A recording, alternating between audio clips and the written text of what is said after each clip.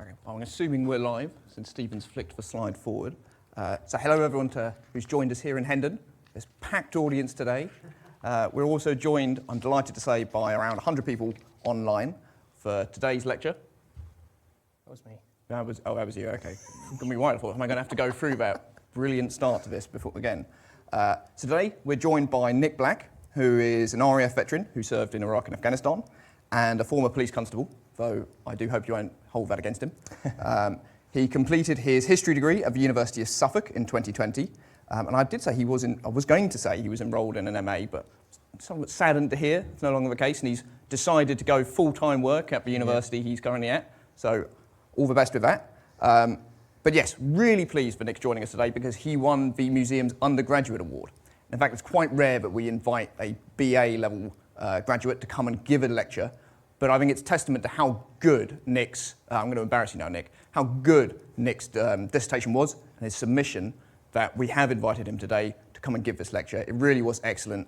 It was a fantastic bit of military micro-history. On to the subject of today's lecture, the Battle of Barking Creek. So I won't give away too much, but the selection panel really did infuse about the level of granular detail he went into.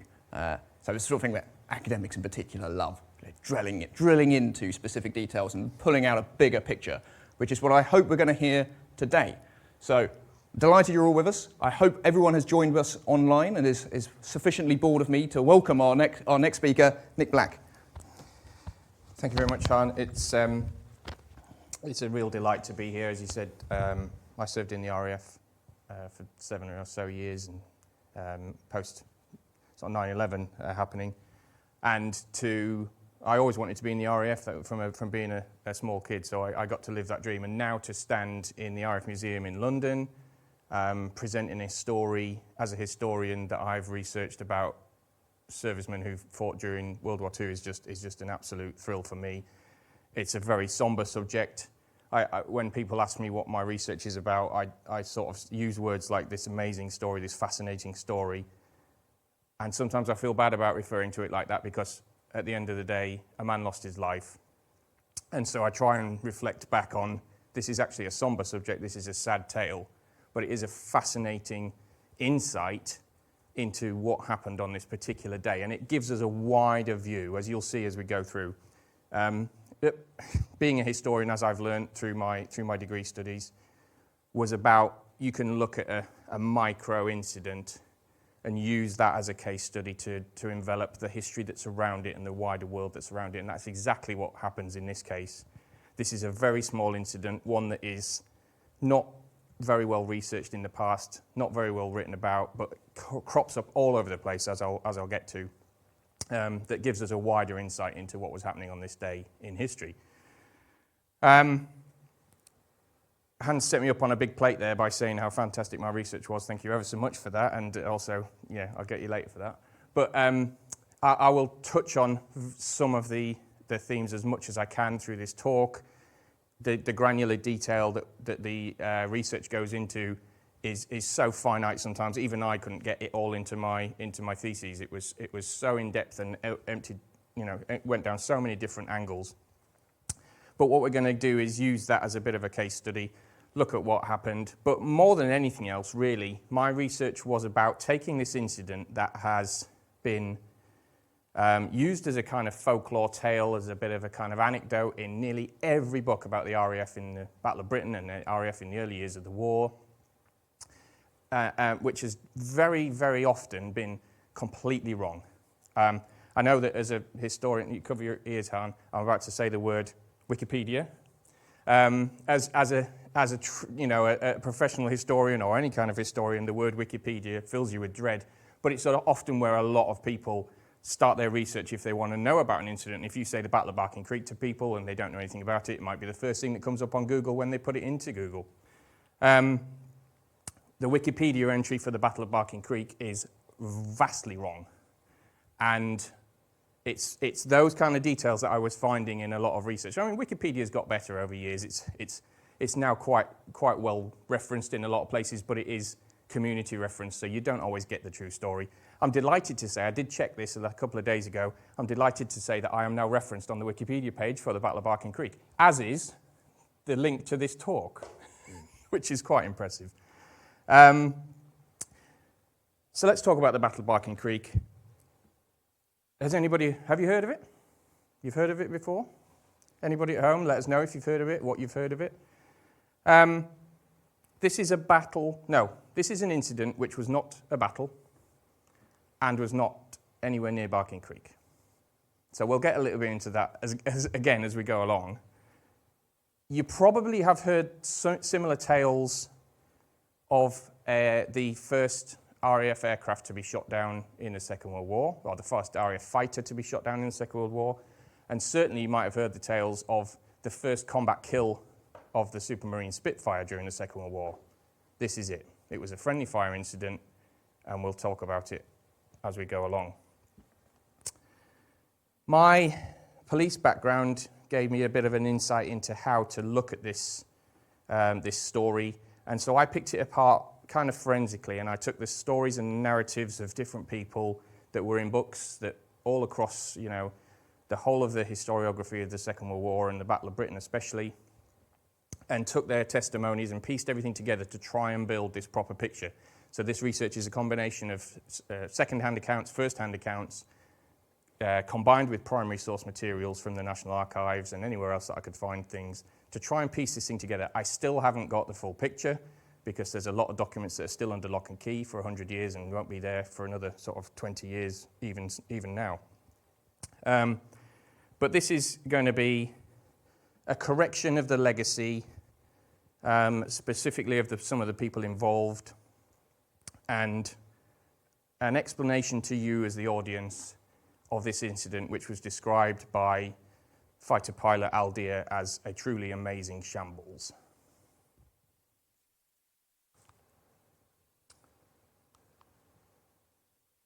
Background.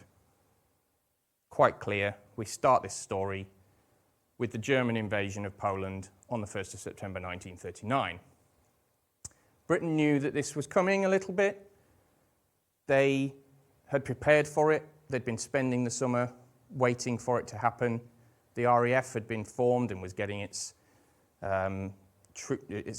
squadrons in line, getting its pilots trained, new pieces of equipment. The Supermarine Spitfire had come into service in 1938, and the pilots had spent the summer training on it.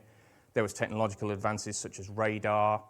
Gun batteries were set up all around the coasts. The war was expected, and Neville Chamberlain's announcement that Britain was at war came at 11 a.m. on the 3rd of September.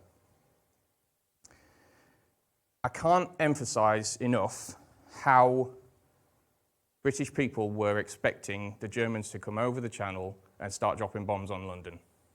There's numerous tales on this exact day, actually about an hour and a half after this announcement, the air raid sirens over London sounded, and fighters from Biggin Hill were scrambled to intercept a contact which was coming over the English Channel from France, which was actually the French military attaché coming back to London because he'd been in Paris and hadn't expected us to announce war until later and had scheduled a flight to come across the Channel about just a little bit after this announcement went out and got caught short. They didn't know he was coming at that time, and so they scrambled. So the first scramble was just about an hour and a half after this announcement happened.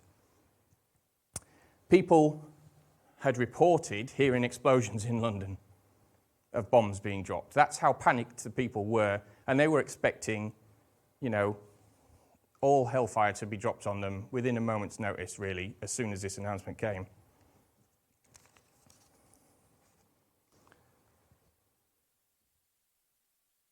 The RAF was set up mostly to protect London at this stage of the war. The coastal defences around the Thames estuary were a series of radio direction finding stations, as they were known at the time, later known then as radar. And the airspace was divided into sectors. So you had HQ Fighter Command in London, and then you had separate sectors branched off, which each had their own sector controller at the airfield. And in each sector was radar stations, lookout posts, home guard, what am I thinking the word of? Spotlights, the whole works, and the anti-aircraft guns was all in each of these sectors. There's a mixture of Spitfire and Hurricane and Blenheim fighters in fighter command at the time, usually stationed within some of these airfields. There are more than what are just on here. These are the main the airfields for each of the sectors. Our piece of this puzzle and this talk is going to take place in the North Weald sector mostly, so keep your eyes on that, and we'll refer back to that in a couple of times as we go through. But this whole system was known as the Dowding System, named after the man who pioneered it, Sir Hugh Dowding. And it was a controversial system in some ways, but also a very good system in other ways, in that he had pieced together a real decent command and control system which linked everything to everything else and could easily communicate backwards and forwards. In theory. We'll see whether that works in practice. At each of the fighter bases in each of the sectors, you would find generally 3 fighter squadrons, some not fully manned by this point of the war, and each squadron comprised of 12 aircraft, split into 2 flights of 6, and the flight then split into 2 sections of 3 each. They were generally A flight, B flight, and then you'd have red, yellow, blue and green sections. The Dowding system was first tested in anger shortly before 3 a.m. on the 4th of September 1939, when fighters from various squadrons across 11 Group were scrambled to investigate reports of a large formation of aircraft crossing the North Sea towards Bawdsey radar station, which is in Suffolk. This turned out to be Wellington bombers returning back from the RAF's first action of the war, the bombing mission to the shipyards at Wilhelmshaven, known as the Battle of Heligoland Bight II, because there had been a Battle of Heligoland Bight in the First World War, which was a naval battle. 20 Bomber Command personnel lost their lives on this night, so this is the first night of the war for Britain. And a further 2 were captured. The RAF aircraft scrambled on that first night included aircraft from 74 Squadron, which we will talk about in the Battle of Barking Creek.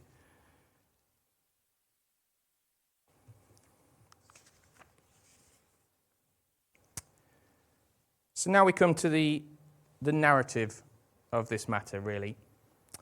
I'll tell you about this narrative in relation to what is written across most of the stories that I read in various books in the historiography of the Battle of Britain and of the RAF's involvement in the Second World War.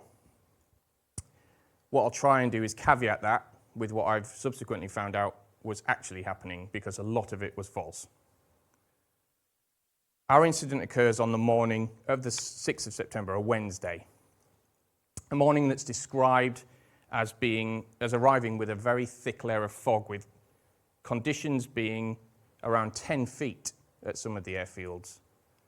Now that was in complete contrast to the bright and sunny days of the late summer that a lot of the pilots described.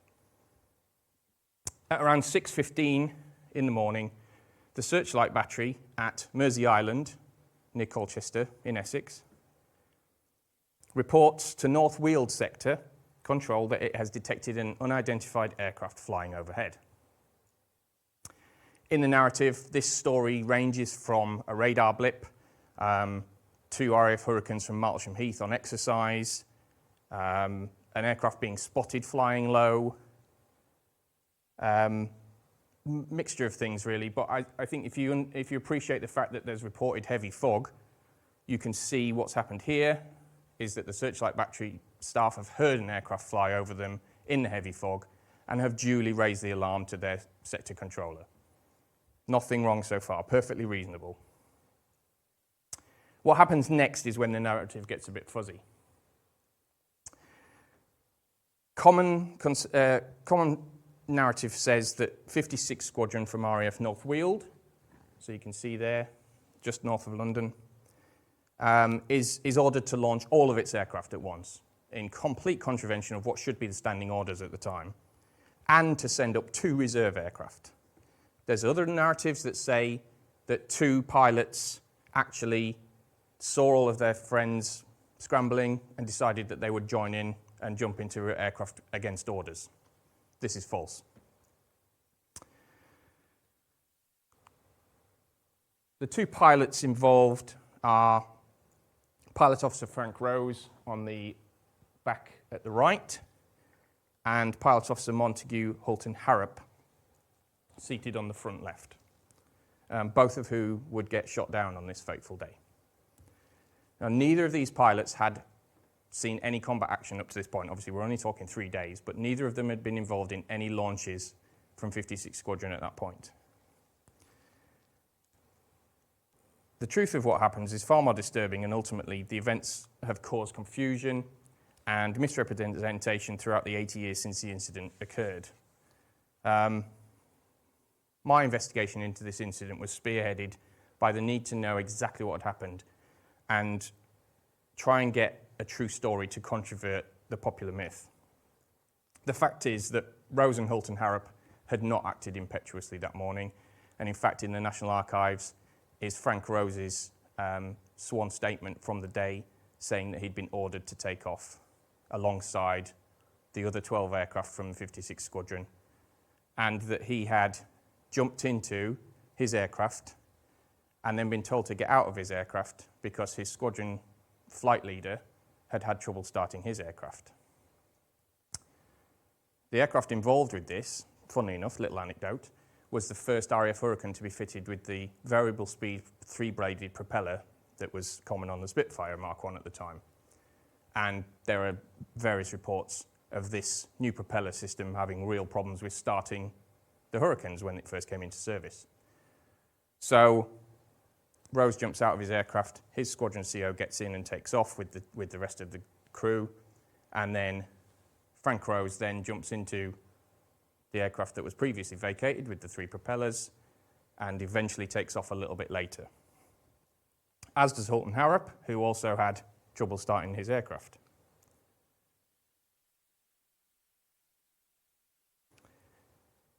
Now, the common narrative says that 56 Squadron took off from North Weald and headed out to sea, and at the same time, the radar station at Canewdon picked up a large blip on their screens and suspected a large enemy force of bombers was crossing the channel, coming straight inland.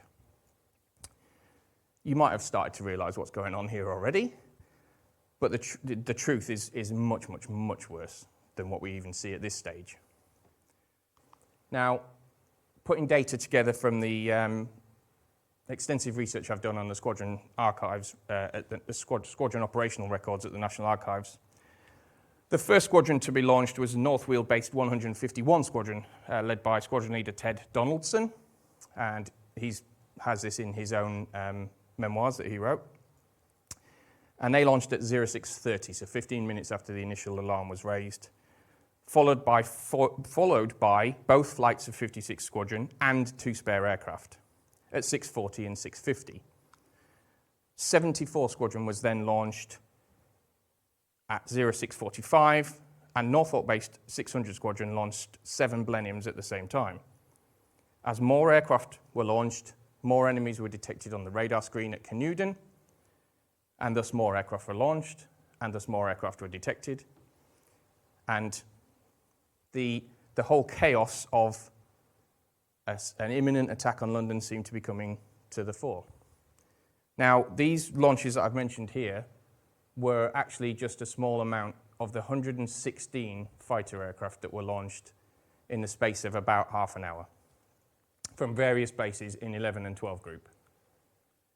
Now, the initial, or the way that the RAF had set up to act in response to these, especially an unidentified aircraft being detected at one of the group sectors, was to launch a single flight. So that should have been 6 aircraft airborne. The man in charge of North Weald sector at the time, Group Captain David Lucking, was known to favour mass launches and mass throwing loads of aircraft into the sky to make sure that there was no chance of any enemy raiders getting through.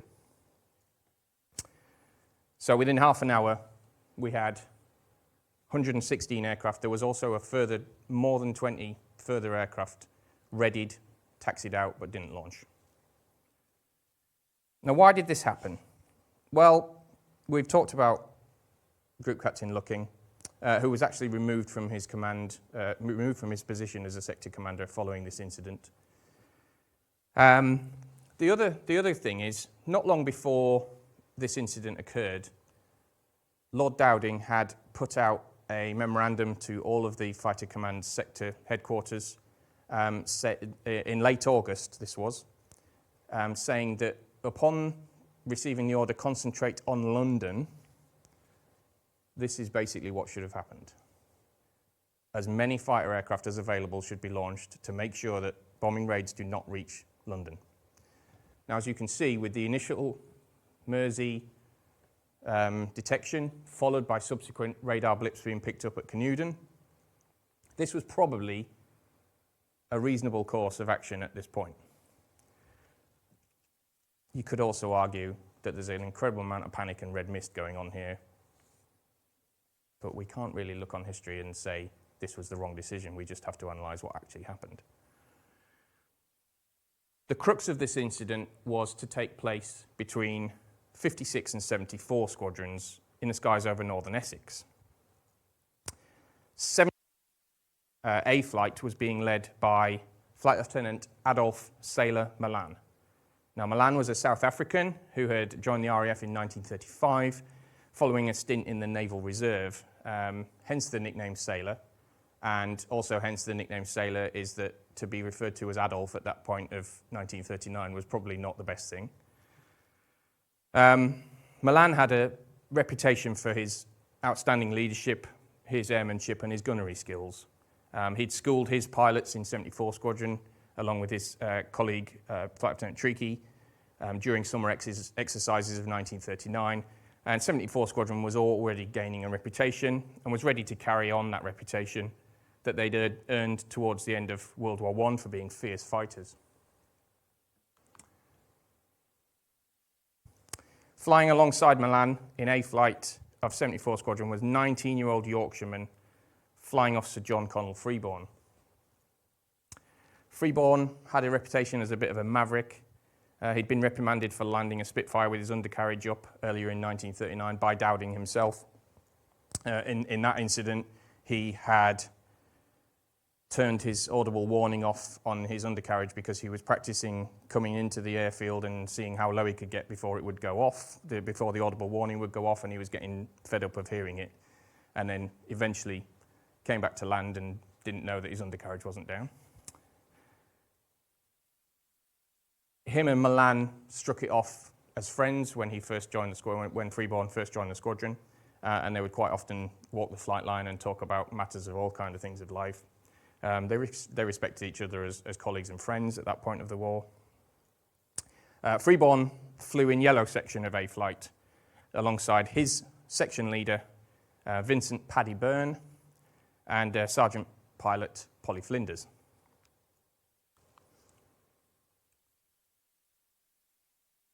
Now, 74 Squadron's launch from Hornchurch had been part of the large wave of aircraft sent skyward in response to the growing radar blip at Canewdon. Flying over North Essex near Chelmsford, Sailor Malan spotted a large formation of aircraft below him, and two other aircraft flying below and slightly behind the main formation. Now, we know who those are at this point, don't we? Believing this to be an enemy bomber formation with escorting fighters. Now, the RAF at this point knew that during the Spanish Civil War, the Luftwaffe had been flying with two Me-109s in wide Vic formation rather than as threes like the RAF were doing. And Malan duly called tally-ho, number one, attack, go.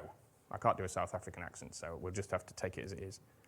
Now, this was the signal for the second group, his wingmen in yellow section, led by Byrne, to dive and attack. Byrne, Freeborn, and Flinders duly attacked the two straggling fighters and shot at them. Byrne's shots ripped through the engine block of one of the aircraft and Freeborn's straight through the rear of the cockpit of the other. Both aircraft lost control and spiraled down to earth, one crashing into a field and the other managing a crash landing, both just outside my hometown of Ipswich. The tragic matter of this, obviously, as we know now, is that Freeborn had killed 26-year-old Montagu Hulton-Harrop when his bullets ripped through the back of Harrop's head while he was sat in his pilot seat. Byrne had shot down Frank Rose's Hurricane, and Rose actually managed to escape unhurt. Still dressed in pyjamas under his flight suit, I will add, which is commendable there.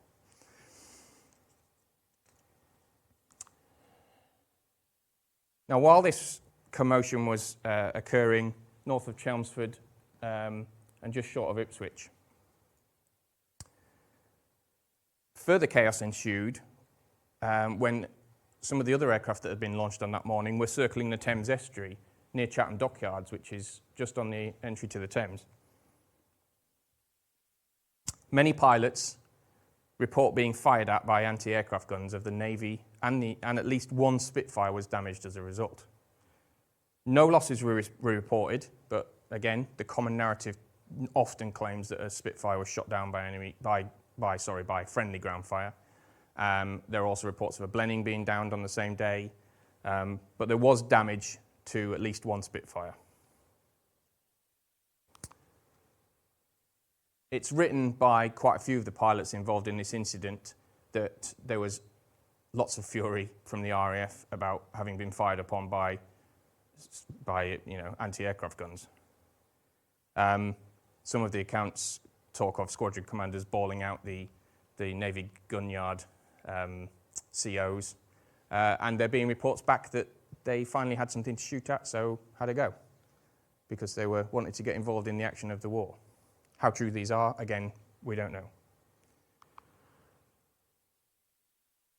Ironically, all of the RAF aircraft involved in this incident, the day fighters involved in this incident at the time, were painted in a colour scheme very similar to this, minus the roundels on the bottom of the wings, I will add.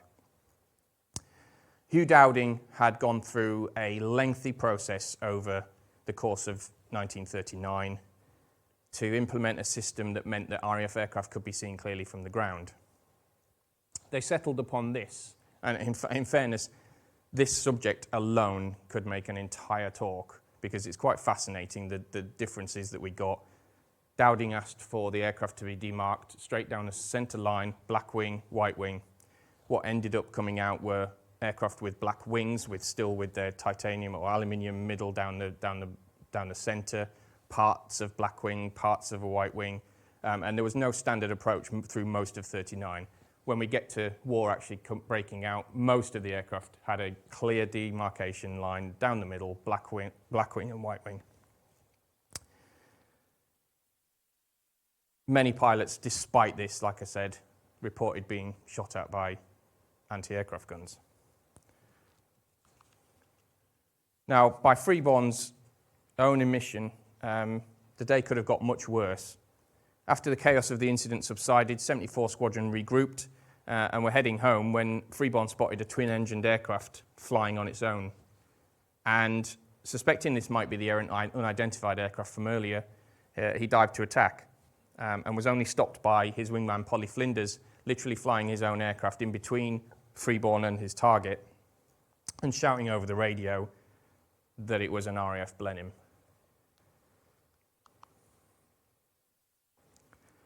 Upon landing back at RAF Hornchurch, Freeborn and Byrne were met by 74 Squadron CO Sammy Sampson and were immediately placed under arrest for their role in this incident. Freeborn claims that Milan had already done a bunk, as he says, and had left the station. Milan didn't live on the station, he was married at that point, and his wife was waiting at home, and apparently he had landed and got straight in his car and left before Freeborn even touched down.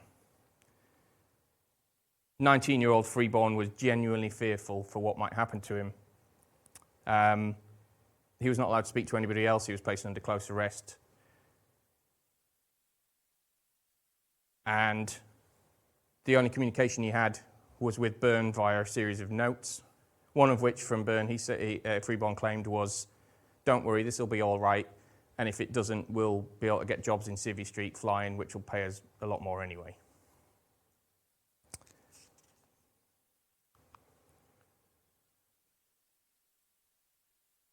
Freeborn had a right to be slightly less jovial than Byrne, possibly, as it was him who had fired the fatal shots which had killed Montagu Hulton-Harrop.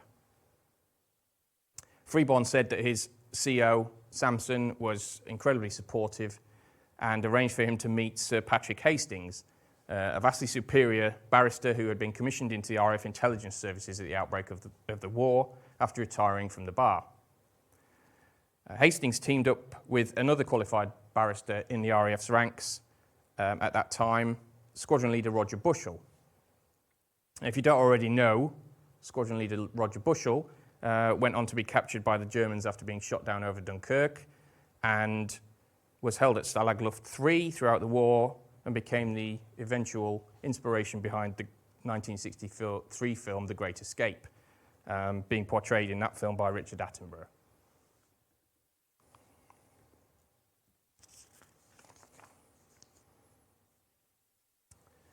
Byrne and Freeborn were court-martialed, but not for any part in a death of another serviceman or of an RAF pilot.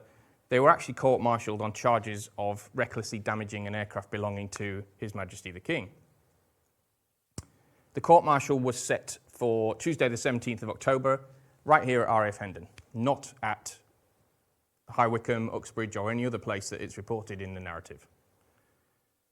The emphasis on the court-martial focused on recognition of the downed aircraft, recognition in air of enemy aircraft as friendlies and not enemies.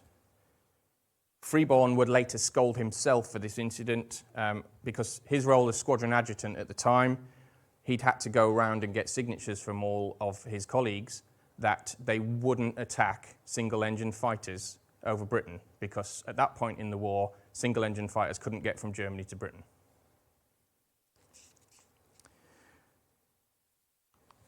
The prosecution called Sailor Malan as a witness.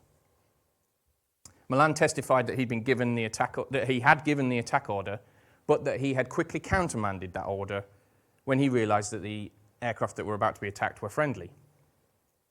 No one, not Freeborn, nor Byrne, nor any other pilot in 74 Squadron recalls hearing a countermanding order from Malan. And during the trial, Malan was reportedly labelled a barefaced liar by the defence attorney, by Hastings. Many accounts of this incident have used this line, barefaced liar, directed at Malan as a way of undermining his legacy throughout the years. This is a man who went on to be one of the highest scoring aces of the war, who developed the 10 Commandments for air combat, and was known as a courageous and inspiring leader.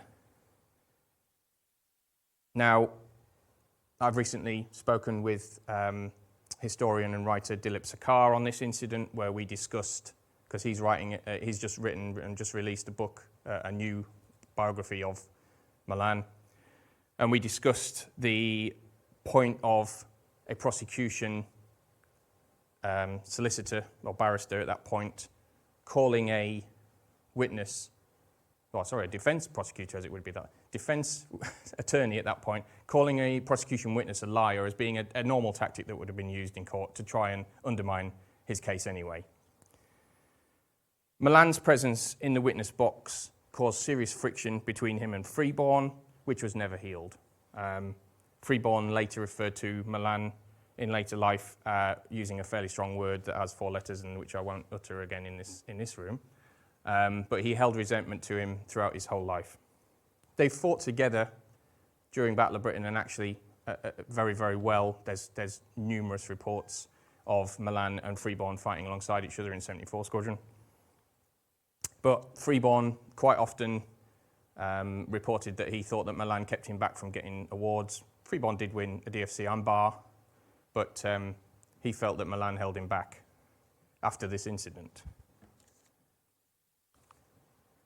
Freeborn, seen here after receiving his DFC, and Paddy Byrne were both acquitted at the court-martial, and the whole incident was looked upon as having been caused by a series of system failures and the fog of war. Literally, in this case, the fog of war, as you can remember from what happened on that morning. The system failures that plagued the RAF command and control Dowding system at the time were widespread, and many needed to be drastically overhauled following this incident. The incident itself was shrouded in secrecy. It was not allowed to be talked about by the pilots involved, and quite often I get asked the question, why was it called the Battle of Barking Creek? At this point, I think we should probably cover that. The answer is I don't exactly know, but I have two theories. One is that Barking Creek was a place that was folklore in music hall at the time. I don't know if you've ever heard about the stories of the Tale of Wigan Pier, which is a kind of play on words. Wigan doesn't actually have a pier, and it wouldn't have a pier, and therefore it's a kind of comical anecdote of a place that doesn't deserve a pier having a pier. Barking Creek was also, there was the Ballad of Barking Creek, there was the Bell of Barking Creek. They were all music hall jokes at the time, and quite a few of them were often in reference to a lack of communication, a misunderstanding, and things going wrong. Another theory is that Barking Creek, because of this kind of anecdotal folklore mystique around it from music hall, became akin to another four-letter word starting with S, Creek, that we know about now, and therefore, if it was the Battle of Barking Creek, it was all about a real big mistake that was made.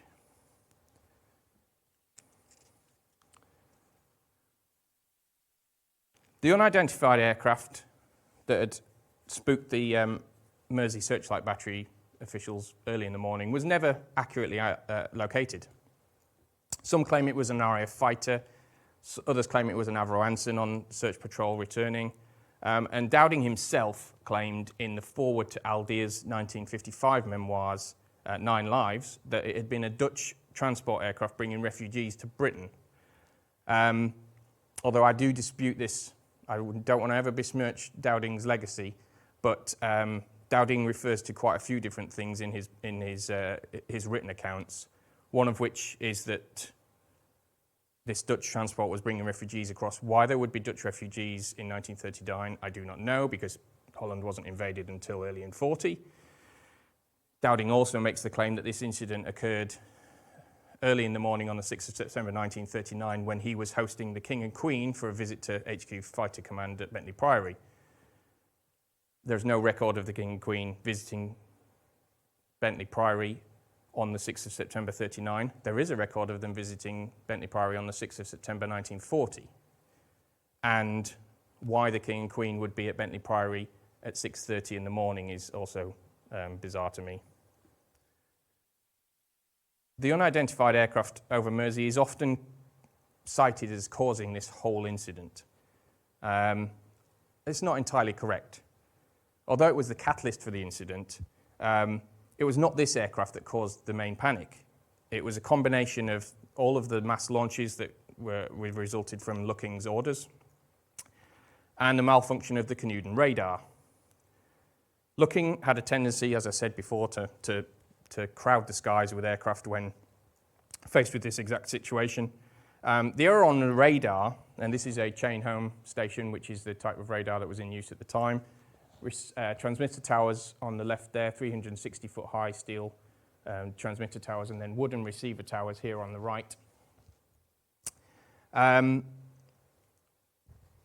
The radar error emanates from the fact that the radar signal emanated 360 degrees around the radar towers, and the return signal would bounce back and therefore be picked up on the receiver towers. Now, because the radar stations were set up to look out over the east, over the Channel and the North Sea, the return signal needed to be blocked off so that they didn't get detections of things over land. On this morning, the return signal blocker on the radar station at Canuden had malfunctioned. So they were picking up aircraft taking off from all of these fighter bases over Britain, and because of the fact that the radar signal goes out and comes back in, they were transposed on the radar screens as looking as if they were coming across from the east. There's no way to differentiate one from the other. The only way they could differentiate was by having the western signal blocked, and that was not working on this morning. So as soon as the 151 Squadron aircraft launched at 6:30, they were picked up on radar. That subsequently triggered HQ Fighter Command to get in a flap and launch more aircraft.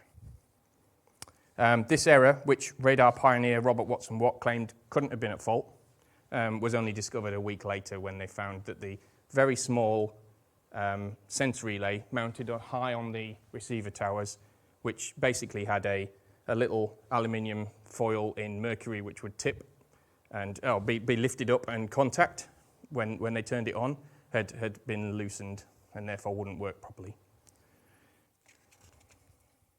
Improvements were made, let's say, to make sure that this incident would never happen again.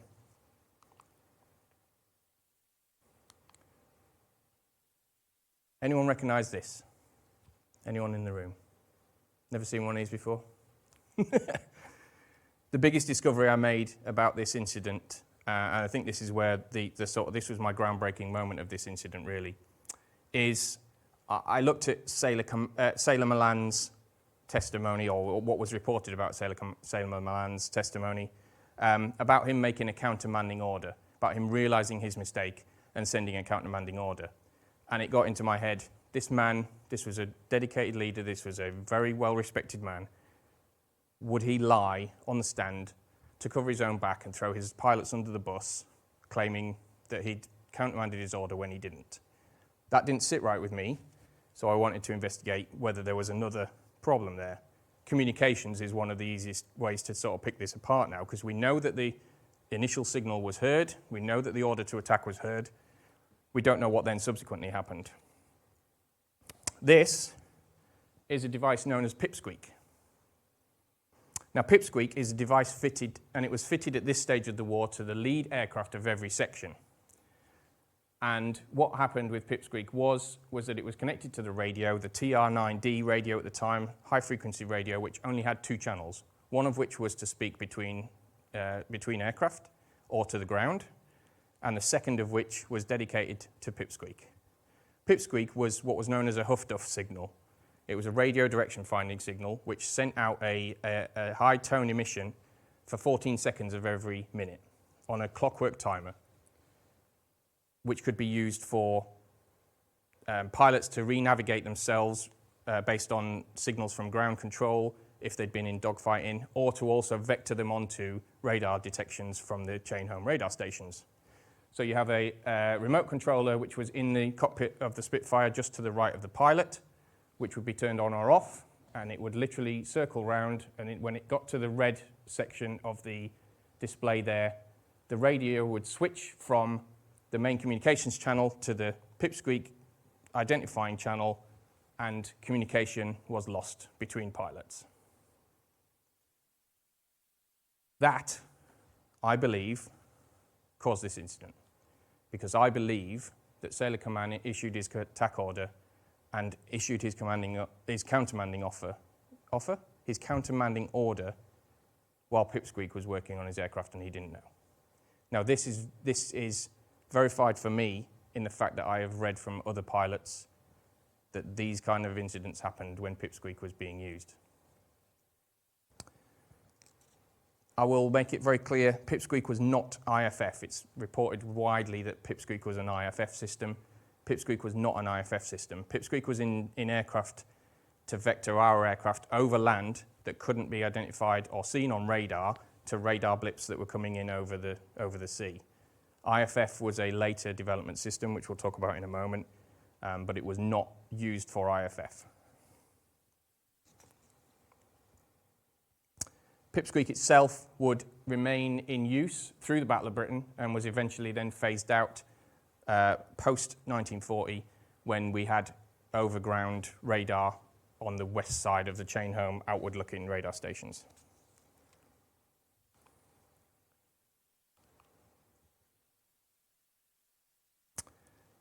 Montagu Hulton-Harrop never got to fight in the war that he had been preparing for.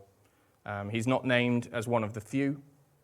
He's not remembered on any Battle of Britain memorial because he didn't get to fight in the Battle of Britain. However, I will argue that his death was just as important in helping us win the Battle of Britain as any other, because his death was the one that led us to identify serious issues with the Dowding System, which were rectified in time for us to be able to fight the Battle of Britain effectively. Now, we've already talked about Pipsqueak. Pipsqueak was still in use. IFF, identity friend or foe, was developed by the start of the war, but was not in mass use in all aircraft. What that did was basically to elongate the radar signal and amplify it and send it back to the radar stations so that they could tell that the aircraft that was being bounced, the radar signal was being bounced off, was a friend. And that was only put into most aircraft post Battle of Britain as well. So what we had was Pipsqueak running alongside IFF through most of the Battle of Britain. But what they did learn was a way to identify friendly aircraft and get that blip that came from the backside of the radar stopped by making sure that the sensor relay on the receiver tower was indeed working.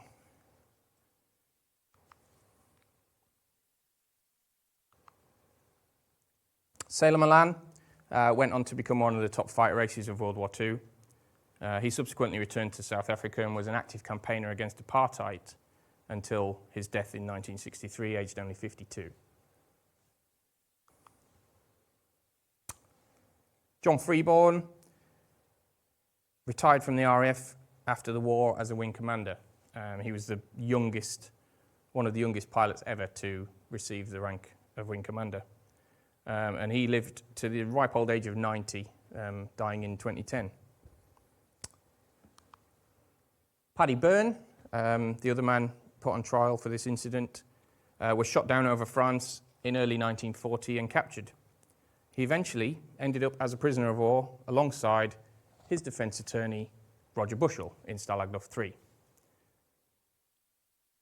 It's reported that Byrne was repatriated by the Germans in 1944 after convincing the prison guards that he was mad. If you ask John Freeborn was said he was already mad before he went in there.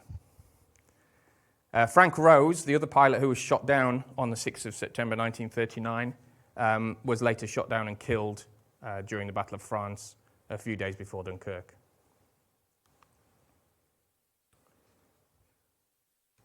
These tragic events have never really been looked into properly. I believe that I'm the first person to really pick apart this incident. And indeed, when they've been looked at before, there have been mistakes. There's reports of no deaths, there's reports of 2 deaths, there's reports of aircraft being shot down, the reasons behind why it happened. And quite often the facts, as I'll put in inverted commas, have been passed down through the years in books and then regurgitated by other academics and historians and journalists.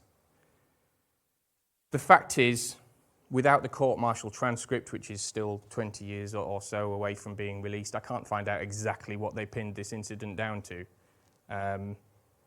But what we have got is a pieced together narrative that shows us the true course of events of what happened here, the most revealing of which is just how many aircraft were launched on the day, and the fact that Frank Rose had given a written statement to say that he'd been ordered to launch and was not impetuously launched. It was one of those incidents or one of those quotes that I saw in one of the early pieces that I read about this that made me want to look into it even more, because this thought of these 2 pilots being maligned for having acted impetuously and then, being the bringers of their own doom in essence was wrong.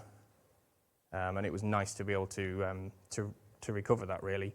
And in fact, a personal achievement for me as a historian with this incident is that I've been in touch with surviving members of the Hulton-Harrop family and John Freeborn's own daughter, and been able to trade messages and show them my work and highlight to them this episode of their family's history that they didn't necessarily know an awful lot about. John Freeborn's daughter, Julia, told me that only he knows exactly what happened on this day and that he didn't like to talk about it, but she did remind me that the incident haunted him until his last breath and that he did not spend a day where he didn't think about having robbed Hulton-Harrop of his life so early in the war. Thank you for listening today.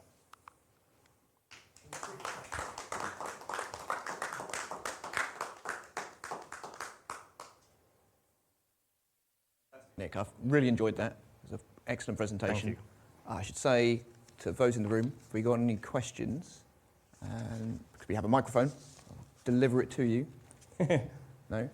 But if you do have a question, stick your hand up, we'll get it. Yeah, I'm happy to answer any questions if you've got any. We do have a question from our online audience, Super. which is, did this incident have any negative effects on the squadrons involved in terms of fighting effectiveness, deployment, morale, cooperation, etc.? There is reported to be a lot of animosity towards 74 Squadron, I do know that. There was numerous reports of other squadrons looking down upon 74 Squadron for being rash and impetuous.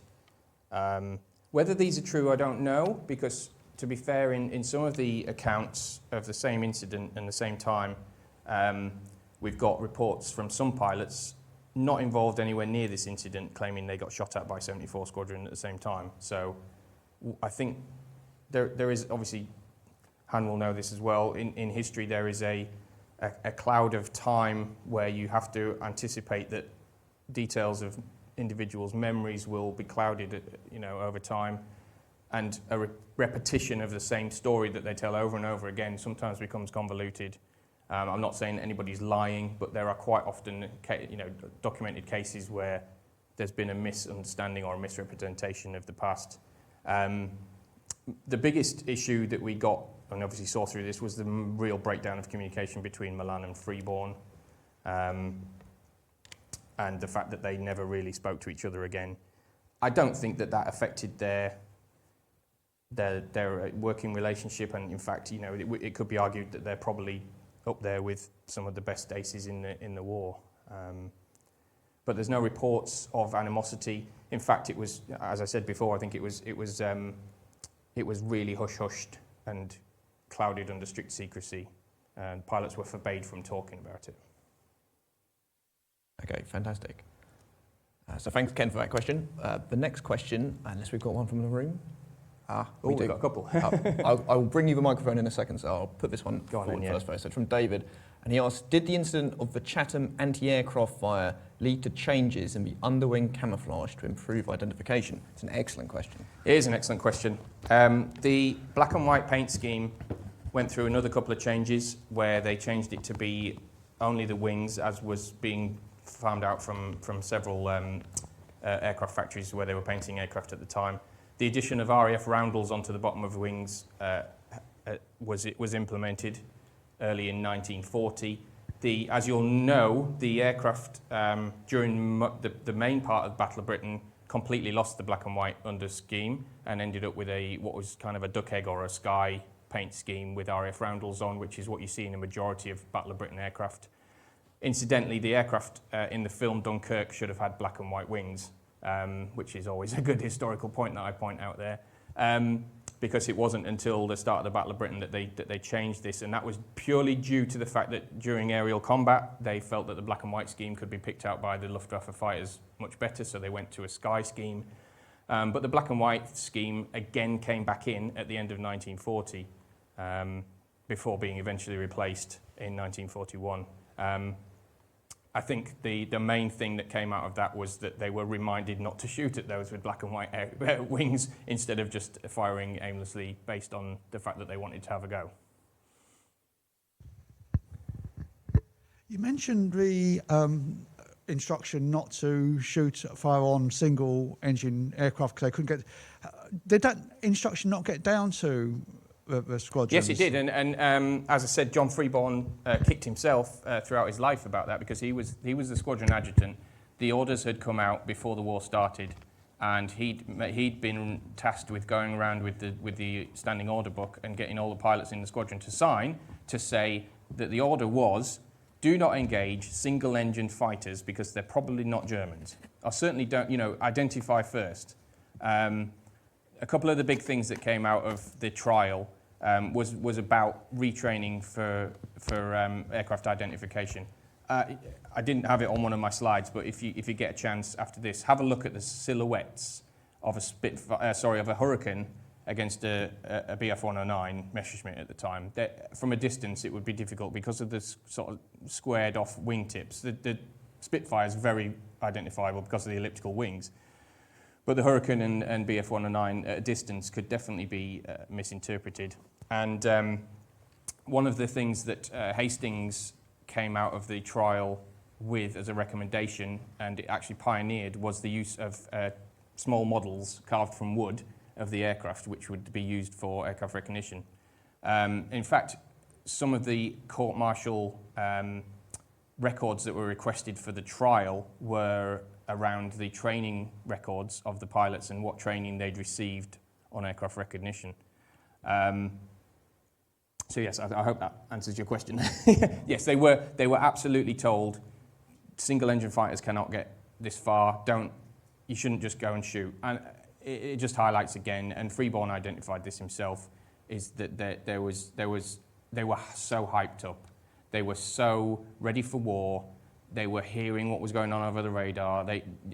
They knew that nearly every aircraft had been launched in the sector, and they were expecting to see what they were expecting to see, and what they saw was not, was the wrong thing. So they acted on instinct and shot down what they saw, and they really probably should have. I don't want to put myself in their shoes and say they should have done this, they should have done that. They know that as well as anybody else does, but they were impetuous in what they did, but they were acting on orders that they received as well, which is, it's all a big communication cloud. They were ordered into the air, they were ordered to attack, they did as they were told. And at that point of the war, they were expecting to see Germans, and so that's what they shot at. I think it's really interesting that confirmation bias is still a very big issue for the RAF. Yeah. And you think of Reaper Force, for instance, they explicitly have somebody to come into the room before a strike is made, so that isn't or should not be an issue. Yeah. Because otherwise you're so hyped up, as you say, you see what you want to see, and it's very difficult to step back and make a decision which isn't to attack. Yeah. So we've got some great questions coming in online. So if there's anyone in the room who wants to ask another question. So at the back? Hold on a minute, I've got to bring you the mic because otherwise no one online can hear you. So yes, I'll ask a question. I can always and then, repeat it if you want to. So Martin asks, and you've basically answered this in the last one, but I think it's worth expanding on, particularly in terms of the anti-aircraft side and the naval side. Why was it that they couldn't recognise aircraft particularly well at this time in the war? The Navy, it was reported actually that the Navy had not received very good aircraft recognition training at that point of the war. Like I said, there was a report that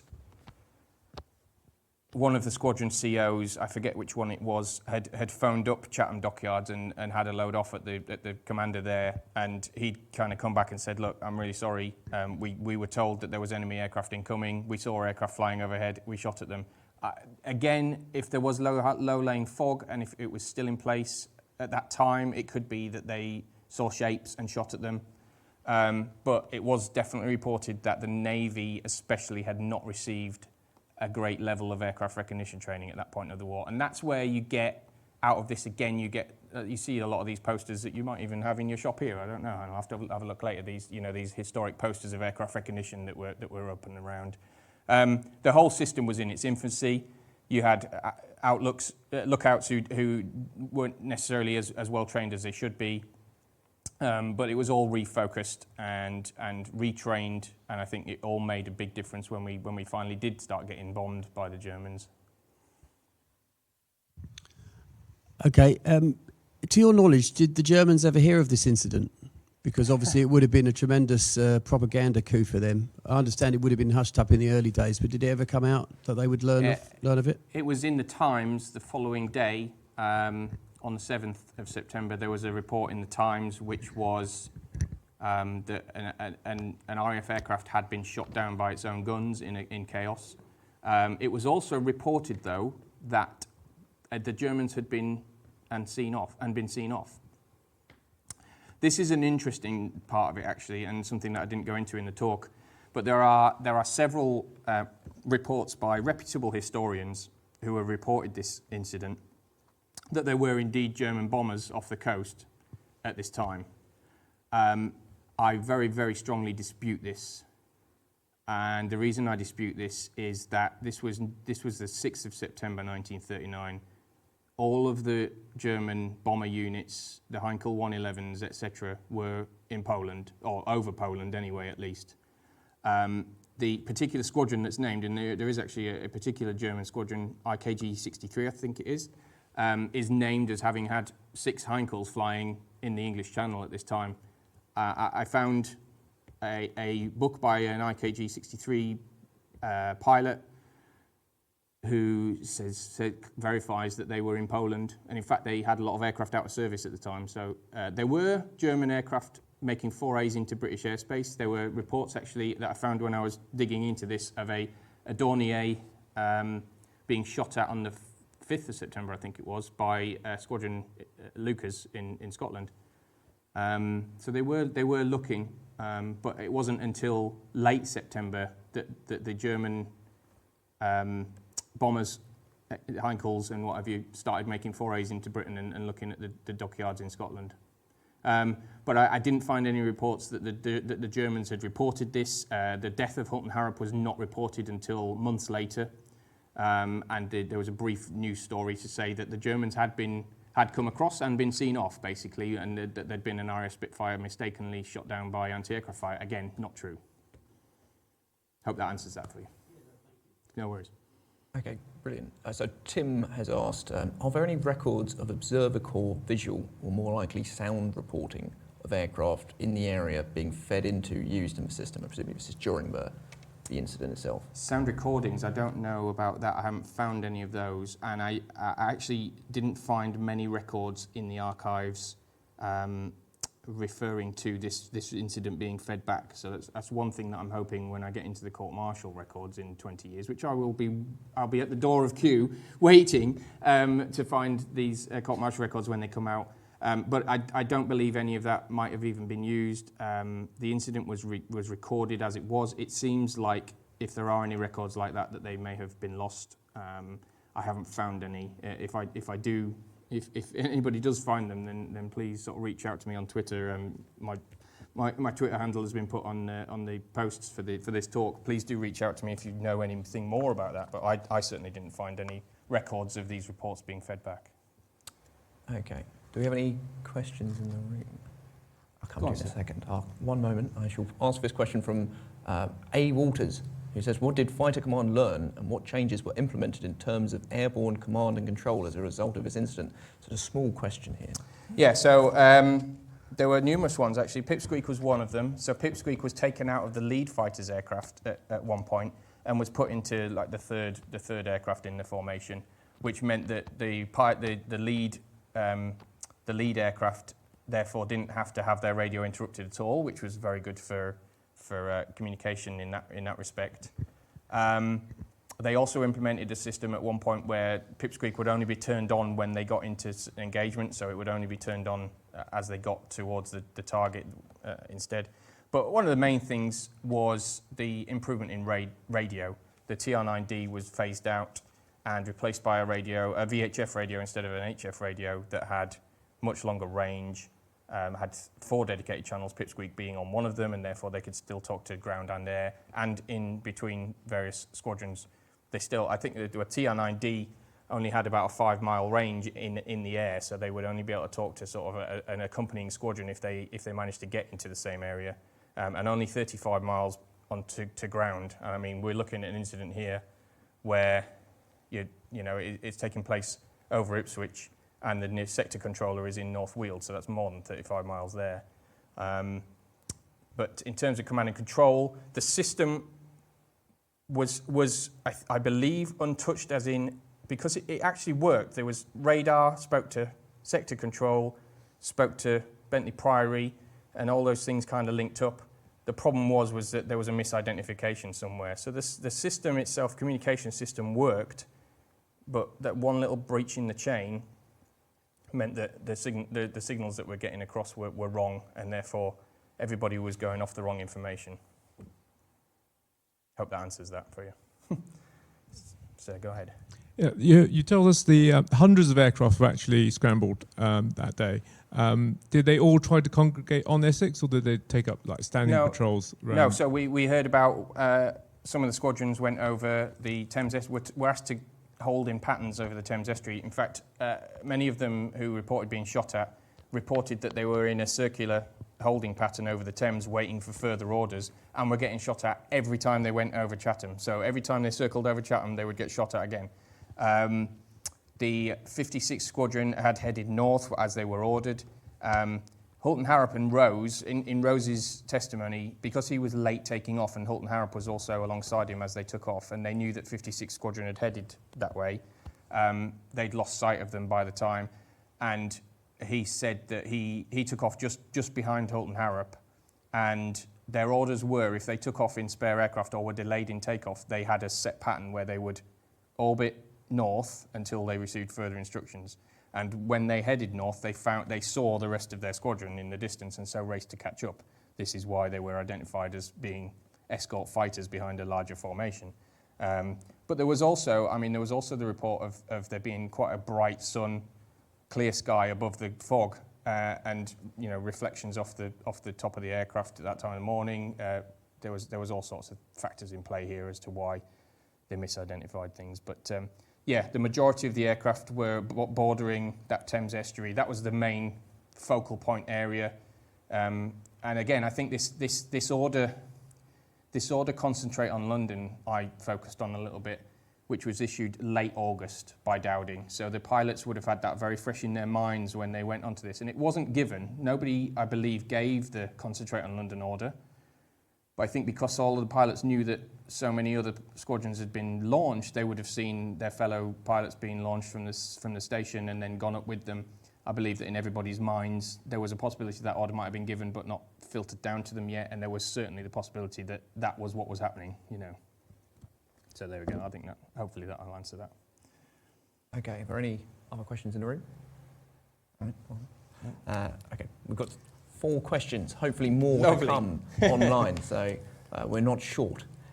So Mike Chapman asks, in your research, have you seen anything to explain why Pilot Officer Hulton-Harrop was buried in the St Andrew's churchyard at Northfield rather than near the family home in Shrewsbury, which would have been the default practice? No, I do know that his family was from Shropshire and Shrewsbury. Like I said, I have spoken to members of his family.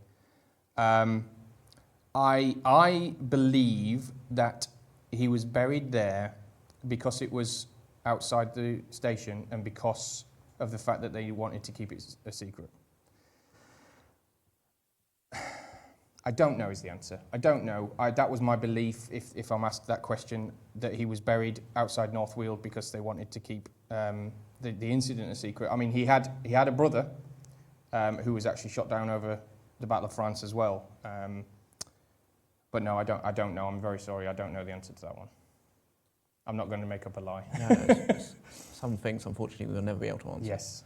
I can ask the family. Again, if you reach out to me on Twitter and drop me a message, I can ask the family if they know an answer to that. Okay. So Tony's asked, apart from wing colours, were there any further technical or radio methods for anti-aircraft gunners to identify planes as friendly at this time? No, they were given commands from sector headquarters as to what was going on. Obviously, I imagine you'll have all seen the plotting tables. So each of the sector command headquarters would have a plotting table, which would have WAFs pushing the little counters around and saying where radar plots were being picked up. This was then fed, and an almost identical map was being formulated at HQ Fighter Command at Bentley Priory.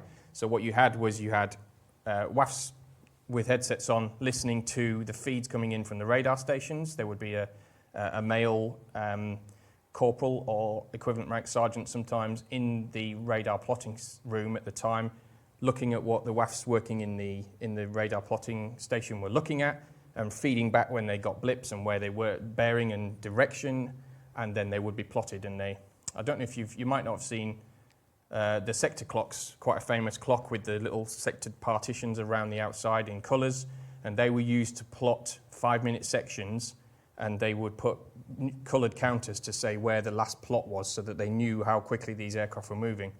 That would go back to, like I say, Bentley Priory, and the sector commanders would then be filtering out back to all of the other outlying stations, the searchlights, the anti-aircraft gunners, the lookouts to say, this is what we're being told by radar, tell us what you can see. And this system, this was the Dowding system, this was the back and forth communication. In terms of improvements, again, no, I haven't found any evidence that that was even talked about being improved other than just more training. It worked, it just didn't work on this day because there was an error somewhere. That was the big problem.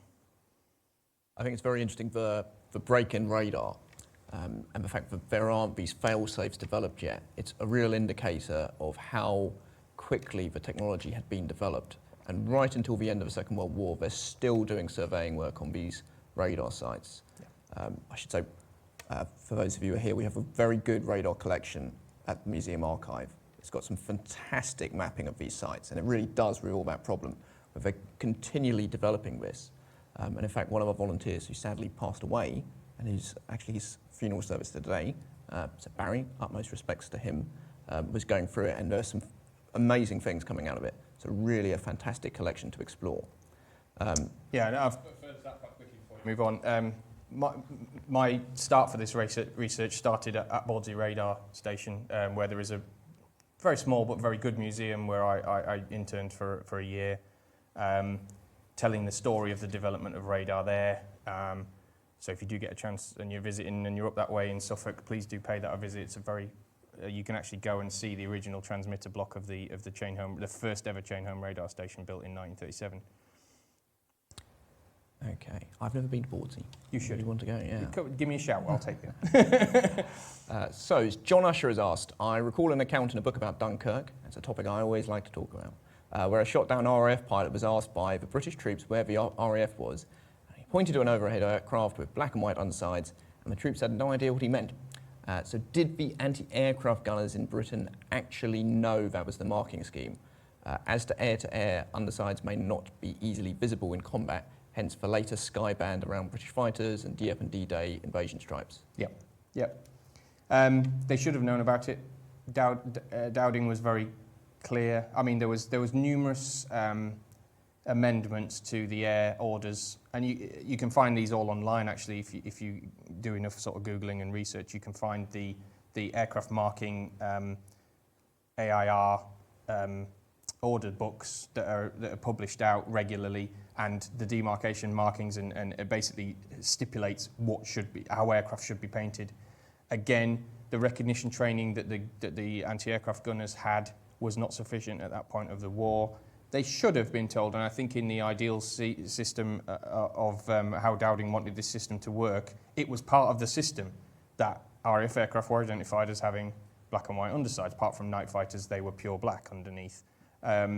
Certainly fighter command aircraft were, and it was all linked in. Pipsqueak was developed early in the war because they needed a way of, they knew that radar would look out over the sea, and therefore what happened when aircraft got over the radar.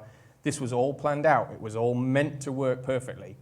And on this one occasion, the very first time that it was tested in anger, it didn't work properly, which is quite a shame. And obviously somebody lost their life, which is a tragic shame. But I think his loss of life made everybody realise that this was actually serious, and therefore they needed to take it seriously. Yeah, I mean, just on the point of aircraft recognition at Dunkirk, it's not a problem exclusive to the troops. Obviously, the Navy, very famous, they would shoot at everything. When Harris is coming back in his autobiography, he mentions he's on a ship where the Navy are firing away at an RAF type, and he's thankful for how poor their anti-aircraft gunnery is, because it is clearly a British plane. And despite telling them that, they're still shooting. But at Dunkirk, RAF types also, when they go to wing patrols, Spitfires and the top layers on one occasion dived down on Hurricanes, mistaking them for ME-109s. Yeah. Hudsons are attacked as well during Dunkirk. It's, the RAF itself is not free from fault in aircraft recognition. And if they're the practitioners of air power, and they're having problems, I think it's probably a salutary lesson in the fact that everyone's going to struggle. There's a whole series of friendly fire incidents at this time. This is possibly one of the worst ones, but yeah, there are numerous reports of anti-aircraft guns firing on aircraft, and it's purely because they see something. Like you say, how high black and white underside can be seen in reality is debatable. I mean, we're talking about these aircraft probably flying between about 5,000 and 7,000 feet most of the time. when they're on patrol.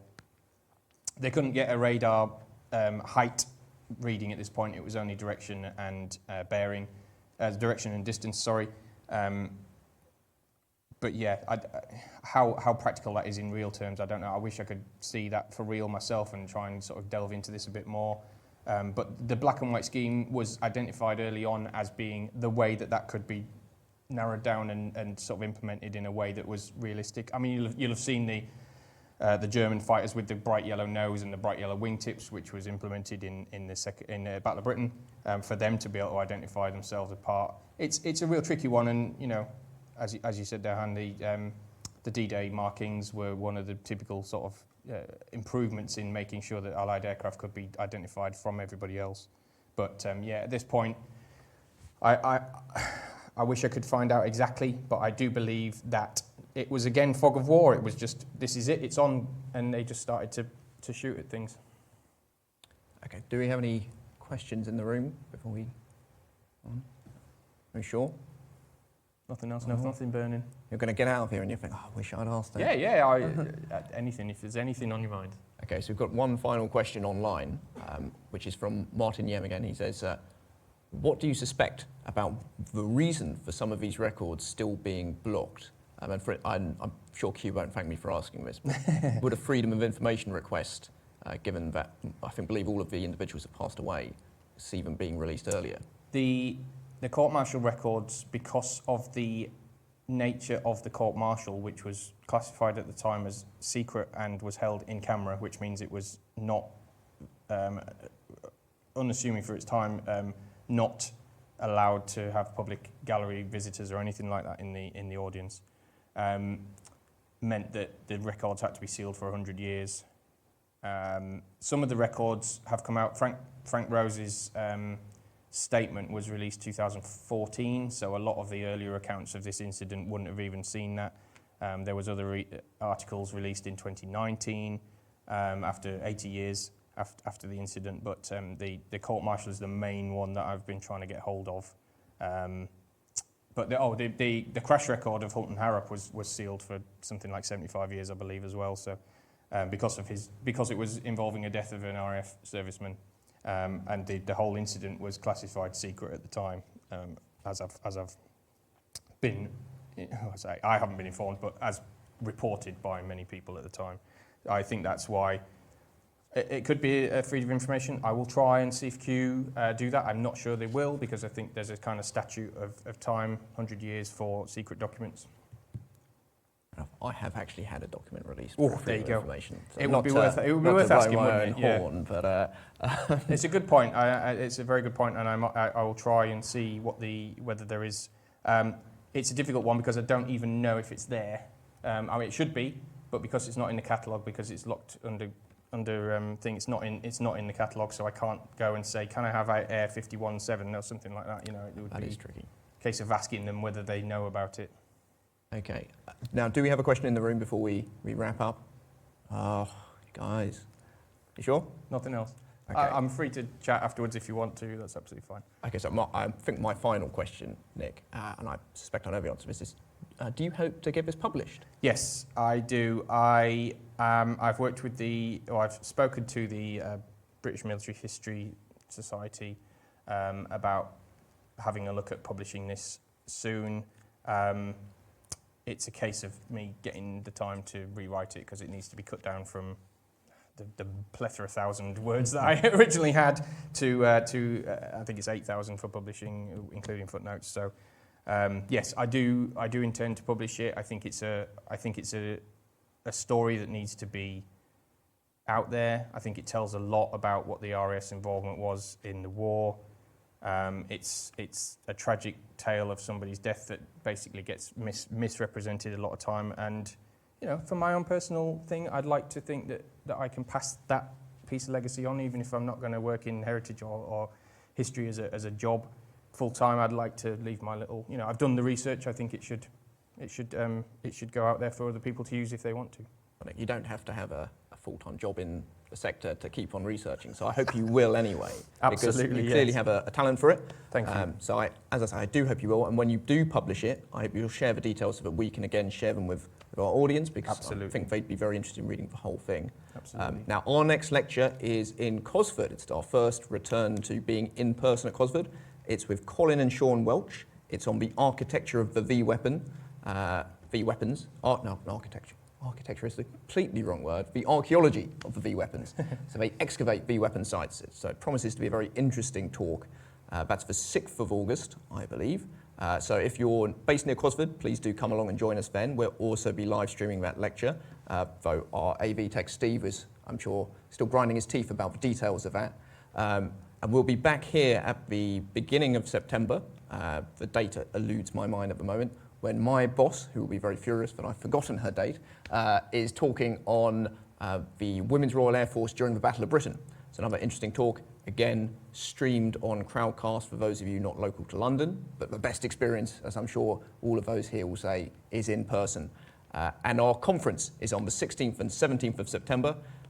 Tickets for both days, including lunch, refreshments, all inclusive. It starts at £60. Great lineup of speakers. It's all available online.